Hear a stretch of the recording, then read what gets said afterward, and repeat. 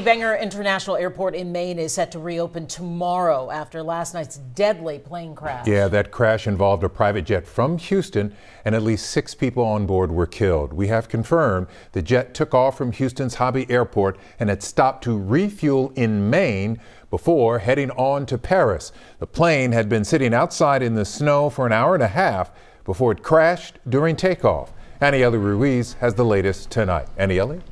Well, guys, at this point, officials have not released the identities of those on board, but we do know the plane's registered owner is linked to a Houston address shared with a law firm, Arnold Itkin. We likely won't know what happened until the plane's black box is recovered. Tonight, the investigation continues into the plane that crashed in Maine Sunday night. And in newly released air traffic control audio, you can hear the moment the plane was cleared for takeoff. You are cleared to Lima Foxtrot Oscar Kilo via the Bangor 5 departure. One witness describing what she saw the moment after the crash. We saw an orange flash through the window of the hotel. Then we heard a loud boom, and we weren't sure what had happened. The airport issued a release saying that there were 6 people on board and all 6 had died. During a press conference, airport officials said staff members were on site at the time, assisting with the winter storm moving through the area. The airport remained open. There were planes landing and departing around that time.